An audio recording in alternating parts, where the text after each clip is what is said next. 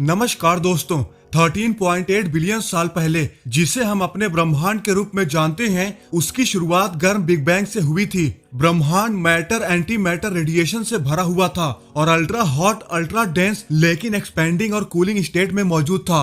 आज तक हमारे ऑब्जर्वेबल यूनिवर्स का वॉल्यूम रेडियस में 46.5 बिलियन लाइट ईयर्स तक विस्तारित हो गया है।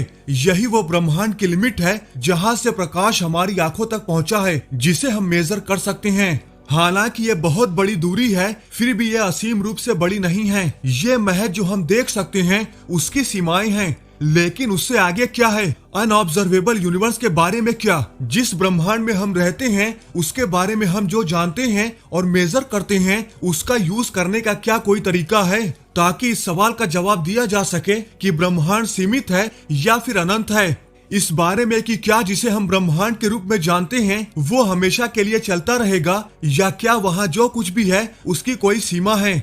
आज की इस वीडियो में हम इसी सवाल के जवाब को जानेंगे। तो दोस्तों, जैसे जैसे हम अधिक दूरियों की ओर देखते हैं, हम समय में पीछे मुड़कर भी देखना बंद कर देते हैं। नियरेस्ट गैलेक्सी जो लगभग 2.5 मिलियन लाइट ईयर्स दूर है, हमें वैसी ही दिखाई देती है जैसी वो 2.5 मिलियन साल पहले थी, क्योंकि प्रकाश को उत्सर्जित होने के समय से हमारी आंखों तक पहुंचने में उतना ही समय लगता है। ज्यादा दूर आकाश गंगाएं वैसी ही दिखाई देती हैं जैसी वे लाखों, करोड़ों या यहाँ तक कि अरबों साल पहले थीं। जैसे जैसे हम अंतरिक्ष में दूर तक देखते हैं, वैसे वैसे ब्रह्मांड से हमें जो रोशनी दिखाई देती है वो उसके प्रोग्रेसिवली यंग दिनों से आती है। मतलब कि हम किसी भी गैलेक्सी से निकलती रोशनी को जो आज देखते हैं वो असल आज के समय की नहीं बल्कि उसके पुराने दिनों की होती है। इसलिए जब हम दूरी के टर्म्स में पीछे देखते हैं तो हम ये भी मेजर कर सकते हैं कि ब्रह्मांड अपने इतिहास में कैसे विकसित हुआ। दोस्तों, ब्रह्मांड आज ठंडा और गुच्छेदार है, लेकिन यह एक्सपेंडिंग और ग्रेविटेटिंग अवस्था में भी है। जब हम ज्यादा से ज्यादा दूरियों की ओर देखते हैं तो हम पाते हैं कि ब्रह्मांड कम ठंडा, कम गुच्छेदार और ज्यादा यूनिफॉर्म था। गुरुत्वाकर्षण को लार्ज और कॉम्प्लिकेटेड स्ट्रक्चर बनाने में कम समय लगने की वजह से ब्रह्मांड में शुरुआत में मैटर के कम मैसिव गुच्छे थे। सिमिलरली, प्रारंभिक सुदूर ब्रह्मांड भी काफी गर्म था। एक्सपेंडिंग यूनिवर्स की वजह से ब्रह्मांड में ट्रेवल करने वाली सारी रोशनी वेवलेंथ में स्ट्रेच हो जाती हैं। जैसे जैसे वेवलेंथ फैलती हैं, ये ऊर्जा को खो देती हैं और ठंडी हो जाती हैं। इसका मतलब है कि ब्रह्मांड सुदूर अतीत में गर्म था। इस तथ्य की पुष्टि हमने ब्रह्मांड में डिस्टेंट फीचर्स के ऑब्जर्वेशन के थ्रू की। हम उस गर्म, घने प्रारंभिक अवस्था से बचे हुए रेडिएशन को देखकर बिग बैंग के 13.8 बिलियन साल बाद ब्रह्मांड के आज के टेम्परेचर को माप सकते हैं। आज ये स्पेक्ट्रम के माइक्रोवेव हिस्से में दिखाई देते हैं और इसे कॉस्मिक माइक्रोवेव बैकग्राउंड के रूप में जाना जाता है। इसके अलावा हम जानते हैं कि ब्रह्मांड के विस्तार के साथ साथ ये रेडिएशन एनर्जी में कैसे इवॉल्व होता है। जो फोटोन होता है उसकी ऊर्जा उसकी वेवलेंथ के डायरेक्टली इनवर्सली प्रोपोर्शनल होती है। जब ब्रह्मांड अपने साइज का आधा था तो बिग बैंग के फोटोन में 2 गुनी ऊर्जा थी, जबकि जब ब्रह्मांड अपने करंट साइज का 10% था तो फोटोन में 10 गुना ऊर्जा थी।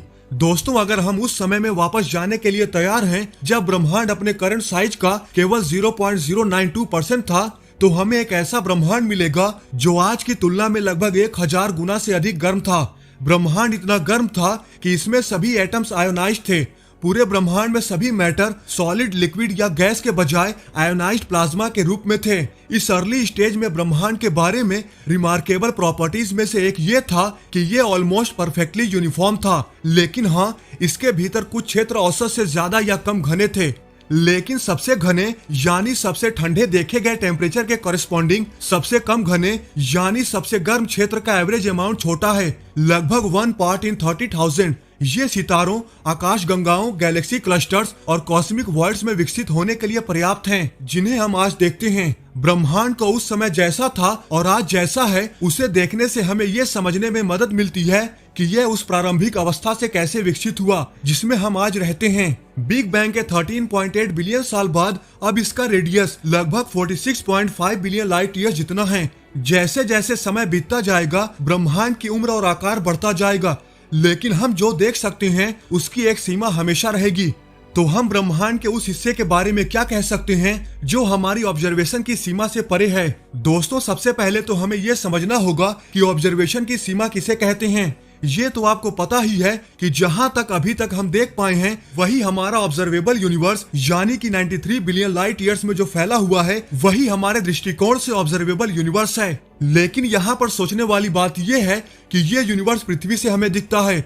अगर हमारी पृथ्वी अभी के पोजीशन से अरबों लाइट ईयर्स दूर किसी गैलेक्सी में विराजमान रहती तब शायद हमारा ऑब्जर्वेबल यूनिवर्स कुछ और होता। मान लीजिए कि अभी जो हमारी ऑब्जर्वेबल यूनिवर्स की सबसे दूर की गैलेक्सी देखी गई है GNZ11, अगर हमारी धरती उस गैलेक्सी में रहती और हम यहाँ से पूरे ब्रह्मांड को देख रहे होते तो हमारी GNZ11 गैलेक्सी ब्रह्मांड के सेंटर में होती और एक साइड हमारी मिल्की वे गैलेक्सी हमारे ऑब्जर्वेबल यूनिवर्स की आखिरी गैलेक्सी होती और दूसरे साइड शायद हमें कोई और ही नई गैलेक्सी देखने को मिलती, यानी GNZ11 गैलेक्सी से हमारा ऑब्जर्वेबल यूनिवर्स ही बदल जाता। मतलब कि साफ शब्दों में कहें, हमारी अपनी पोजीशन एक गैलेक्सी से दूसरे गैलेक्सी में बदलने से हमारा ऑब्जर्वेबल यूनिवर्स भी चेंज हो जाता है। इससे तो साफ यही पता चलता है कि हमारा जो ऑब्जर्वेबल यूनिवर्स है जिसे ही हम सिर्फ देख सकते हैं उसके भी परे चीजें हैं, बस हम उन्हें देख नहीं सकते। तो फिर भी अभी भी यहाँ पर एक ही सवाल उठता है कि क्या हमारा यूनिवर्स अनंत है या फिर इसकी कोई सीमा है। अब दोस्तों, हमारे ब्रह्मांड को आमतौर पर फ्लैट ही माना जाता है। हालांकि अलग अलग स्टडीज फ्लैट यूनिवर्स को खारिज भी करती रहती है। लेकिन मान लो अगर हमारा ब्रह्मांड फ्लैट है तो हम अगर इसके आखिरी छोर का पता लगाने की भी कोशिश करेंगे तब भी नहीं कर पाएंगे, क्योंकि जितना दूर तक हम देखते जाएंगे ये उतना ही आगे बढ़ते जाएगा। तो इस हिसाब से अगर सोचें तो हमारा ब्रह्मांड एक तरह से इनफाइनाइट यानी कि अनंत हो सकता है, क्योंकि जितना भी आगे हम चलते जाएंगे ये कभी खत्म ही नहीं होगा।